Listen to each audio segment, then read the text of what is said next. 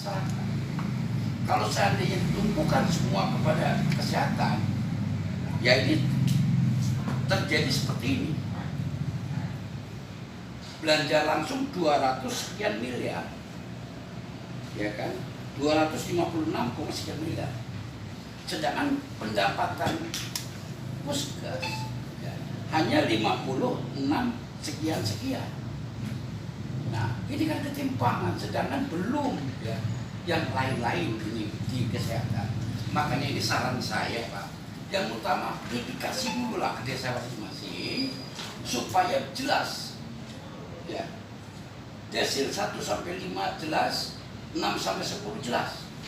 Supaya nanti masyarakat tidak terjadi cemburu sosial. Kenapa ini kok nggak bisa dilakukan dengan BPJS? Kok ini harus dilakukan dengan BPJS? Ini yang penting. Jangan terjadi masalah-masalah lalu. Ini maaf sedikit ya. Saya terjadi ambil kelas dengan eksekutif gara-gara ada orang meninggal. Yang meninggal itu ada orang nggak punya. Dari rumah sakit tidak boleh dibawa pulang. Nah itu kan pelanggaran. Kalau orang itu punya, tidak mungkin orang itu nggak diambil. Sedangkan orang itu berobat di rumah sakit swasta itu sudah hampir 6 juta nggak bayar. Terus di sini 2 hari langsung meninggal, mayatnya nggak boleh dibawa pulang. Nah akhirnya saya protes, bukan sama siapa-siapa, langsung sama Bupati. Untuk waktu itu tadinya akan laporkan ke Polres, tapi ditengahin sama waktu itu keuangannya Ibu siapa namanya yang cantik itu, Bulis. Ya. Iya. Sehingga waktu itu gitu. Ada kaitan dengan ini. Cuman yang sifatnya bulanannya ini tidak ada.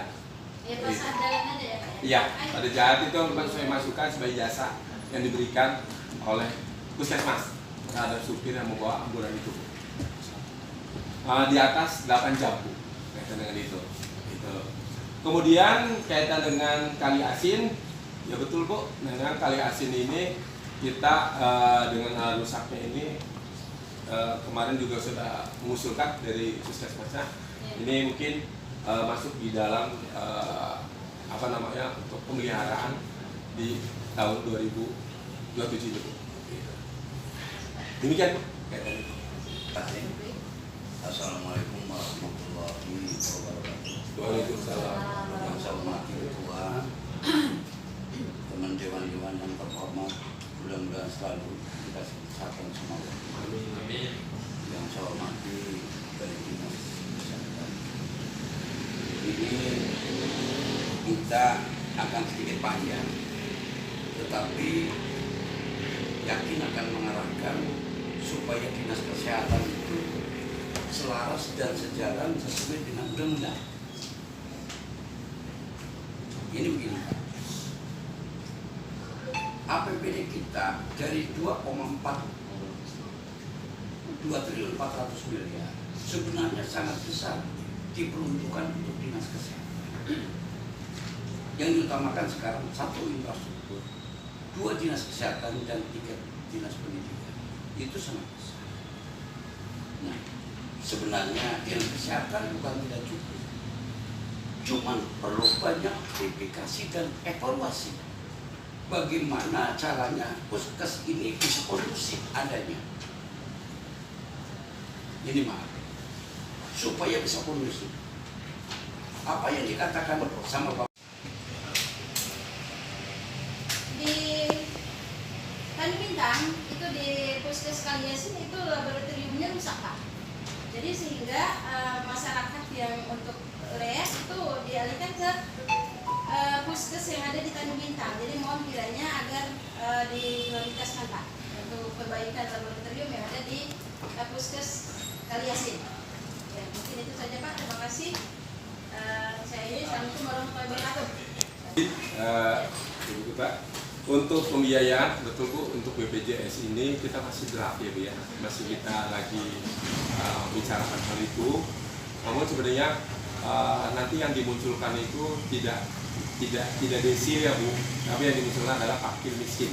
Itu yang diinikan. Karena memang kalau kita munculkan desil 1 sampai 5 ini kan suatu regulasi dari pusat, itu kan ada suatu perubahan terus Bu, gitu. Tapi sebenarnya prinsipnya tuh ini berupaya bagaimana supaya beban APBD ini berkurang kaitan dengan ini dengan adanya suatu regulasi perubahan itu Bu, gitu. Cuman memang tetap kita harus mengkaji juga Bu dengan hal yang ada sekarang ini, dan itu memang kita masih harmonisasi di Kementerian HUM dan belum kita dibahas di level pemerintah daerah Bu. Dan nanti itu ya. Terima kasih Pak Bu masukan. Kaitan rujukan Bu, sekali lagi kaitan dengan rujukan sampai ke rumah sakit tipe A itu masih kita lakukan Bu. Namun memang kalau untuk, kan ini banyak juga masyarakat yang menyampaikan untuk pulang menjemput itu tidak ada Bu, gitu ya. Ini yang ya biasanya ini yang ada juga yang demikian jadinya. Kemudian untuk sebenarnya tiap tahun kita bahas masalah terus kan, apalagi masalah calon BPJS ini itu masih ada juga di lapangan. Dan tiap saya ketemu dengan ini saya nggak selalu saya bilang nggak sampai lah terjadi ada calon kasihan masyarakat yang seharusnya gratis juga dia membuatkan itu berapa enak kalau jadi ya kan juga nggak jadi, atau tiba-tiba yang mati lagi kan. Kita tahu kan BPJS juga kemudian gratis kalau tidak dipakai berapa bulan mati kan, gitu kan, kasihan masyarakat. Dan kedua Pak BPJS masih tolong dilihat juga lah, kalau BPJS itu rutin digunakan jangan dimatiin. Itu kewenangan di mana? Di sini di BPJS Pak, di BPJS. Karena kasusnya seperti itu, dia untuk kontrol malah mati. Padahal kata dia sih tiap bulan pakai. Hadis bilang untuk di kedepannya untuk bikin BPJS ini akan melihat desil Pak. Itu masih orang kampungnya gitu. Jadi kalau ini diberlakukan Pak, ini akan jadi dilema buat kami anggota dewan. Jadi kalau berdasarkan desil ini kita bagaimana Pak? Kita melayanin yang BPJS, terus sementara sekarang yang kaya itu tuh pengen untuk gaji gratis. Jadi maksud saya ini cuma sekedar masukan Pak. Bagaimana arti itu seperti sekarang aja kita untuk BPJS yang darurat diaktifkan, yang tidak itu Pak. Nah itu yang satu. Yang keduanya saya mau bertanya masalah rujukan ke Jakarta. Nah mohon kiranya yang rujukan pasien ke Jakarta itu untuk di fasilitasi seperti sekarang ambulan. Masih aman kan Pak ya? Masih aman. Nah terus yang ketiga puskesmas yang ada ambulan ya. Sekarang ini di puskes itu kadang-kadang nggak ada sopir. Nah yang saya tanyakan, apakah di puskes itu menyediakan untuk anggaran untuk ini sopir 265 miliar. Ini Dewan prihatin Pak, Dewan kita cuma dikasih anggaran 80 miliar juga nggak ada Pak.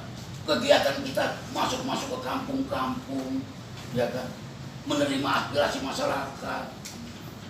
Sesudah masuk ke kampung-kampung dicemokin sama masyarakat, ya kan? Itu ada masyarakat tertinggal, ada rumah yang sudah reot, itu tidak layak pakai dan sebagainya. Coba bayangkan aja Pak.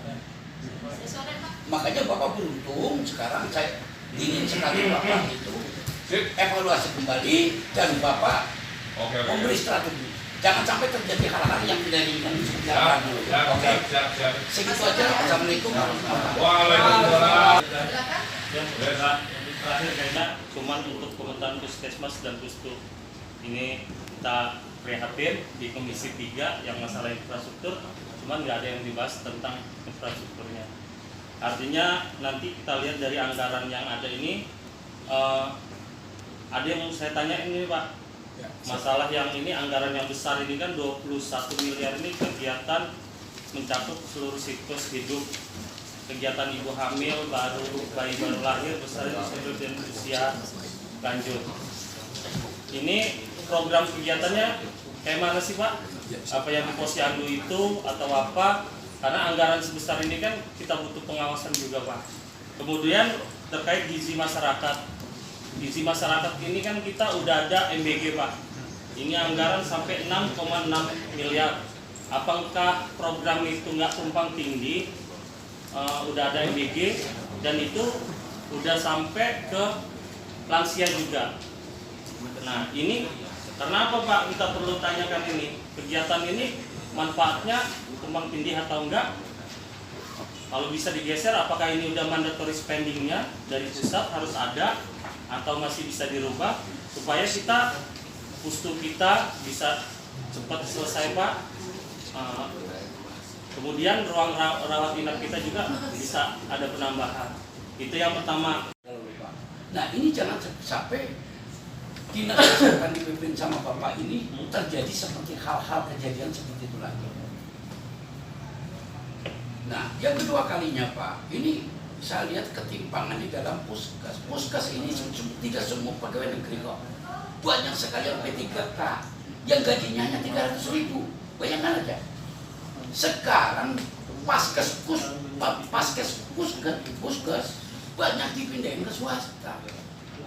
Untuk tambahan honor ya di puskes yang seharusnya ada, jadi hanya batas itulah. Nah ini sebenarnya saya ini hanya saran Pak. Saran saya coba itu ditata ulang kembali. Ya kan, ditata ulang kembali. Kalau puskes pindah ke orang lain, apa bedanya mana? Bisa nangkep pihak swasta. Puskesnya ini, ya kan? Jadi puskes nggak dapat apa-apa dong. Kalau udah nggak dapat apa-apa sekarang, hanya mendapatkan 300.000 honorer itu, ya kan? Sekarang mau berbuat apa Pak? 300.000, 10.000 loh satu hari Pak. Bensin aja nggak cukup. Katanya dinas kesehatan, tenteng. Zaman dulu siapa yang punya anak pengen jadi menantu orang kesehatan. Pak, hebat. Nah makanya saran saya begini Pak. Yang tadi kataan Bapak itu hasil 1 sampai 5 itu dievaluasi kembali, dipredikasi kembali melalui desa Pak. Ya supaya kita enak sebagai anggota dewan. Ada orang kaya datang ke rumah, Pak saya sakit Pak, bikin BPJS. Lah Bapak kan punya segalanya. Lo kok bisa-bisanya minta subsidi dari negara? Negara kita juga kaya, terutama Lampung Selatan. Kalau PAD-nya sampai 6M, 6 triliun kayak kabupaten apa kemarin Bandung itu, ayo nggak jadi masalah Pak. Kabupaten Lampung Selatan penduduknya sampai 1 miliar loh Pak. Bayangkan aja. Ini maaf Pak, masalahnya ini penting buat untuk kesehatan. Ini saran dan pesan saya harus dilakukan. Kalau memang itu dilakukan, diverifikasi dengan jelas ya. Desa itu betul-betul memahami ya kan. Jangan desa orang kaya ini dikasih surat tidak mampu sehingga jadi BPJS. Mana kita akan dapat surplus negara kita. Ketua, baik. Kaitan pertama untuk kesehatan mencakup seluruh siklus hidup 21 miliar ini memang dari APBN Pak. APBN. Oh, Puskesmas. Ya. Ini dari untuk mencukupi kaitan kita ada namanya standar pelayanan minimal 12 indikator yang harus dikejar setiap tahunnya. Memang udah ini kan Pak, itu kegiatan-kegiatannya. Kemudian untuk gizi masyarakat itu 6 miliar, sama juga Pak itu dari BOK APBN juga. Yang dari kabupaten hanya 131 juta Pak. 130 dari total 6 miliar itu sekian. Yang dari APBD itu hanya 131.699.000. Kemudian kaitan klinik swasta, memang Pak kami secara keseluruhan klinik yang ada di Lampung Selatan itu yang sudah terakreditasi itu jumlahnya di 84, yang belum akreditasi pun masih banyak Pak, sehingga ini menjadikan tugas kami untuk melakukan pembinaan. Jadi setiap tahun ada pembinaan untuk klinik-klinik swasta. Sebenarnya untuk adanya perpindahan dari puskesmas ke klinik itu sebenarnya yang memindahkan bukan puskesmas, bukan juga BPJS, tapi itu kan yang bersangkutan sendiri, karena itu lewat mobil JKN, Pak. Karena bisa pindah itu hanya dari mobil JKN, Pak. Aplikasi.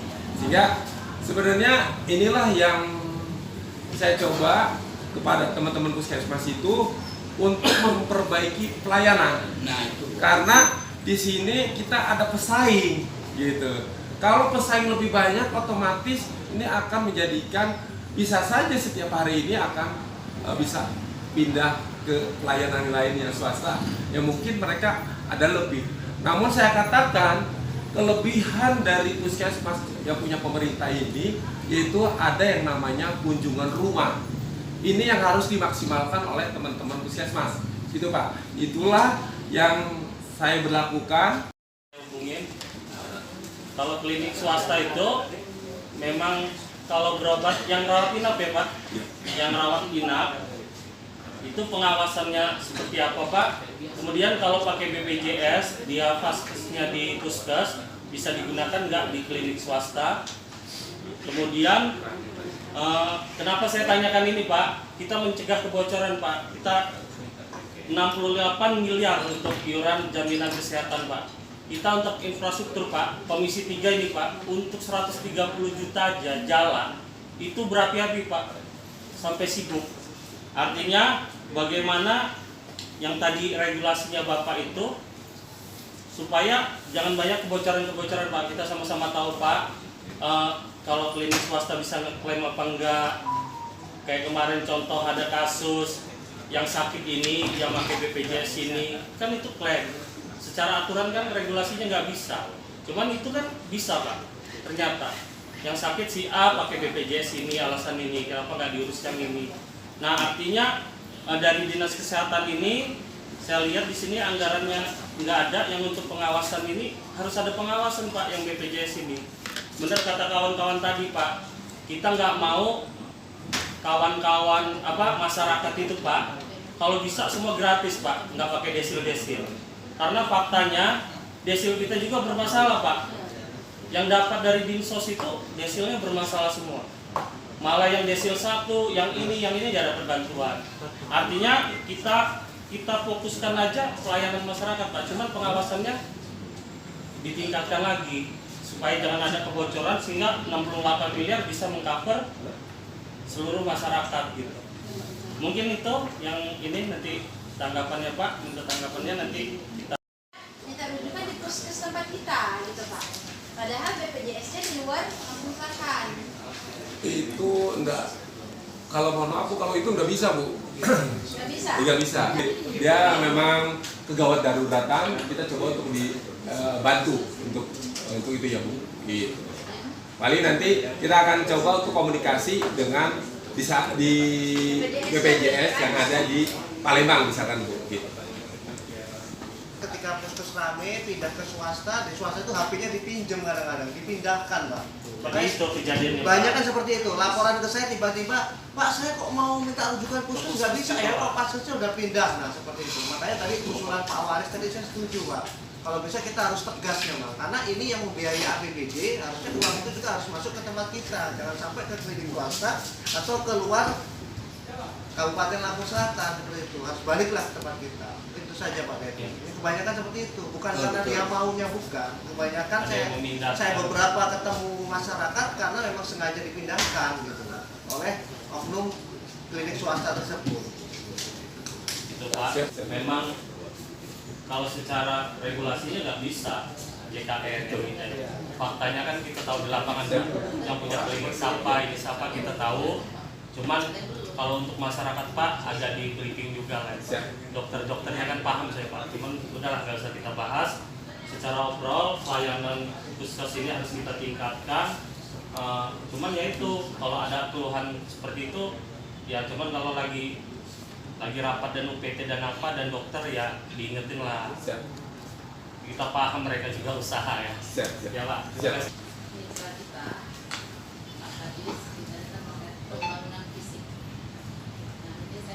belakangnya. Pembangunan fisik yang renovasi atau apapun.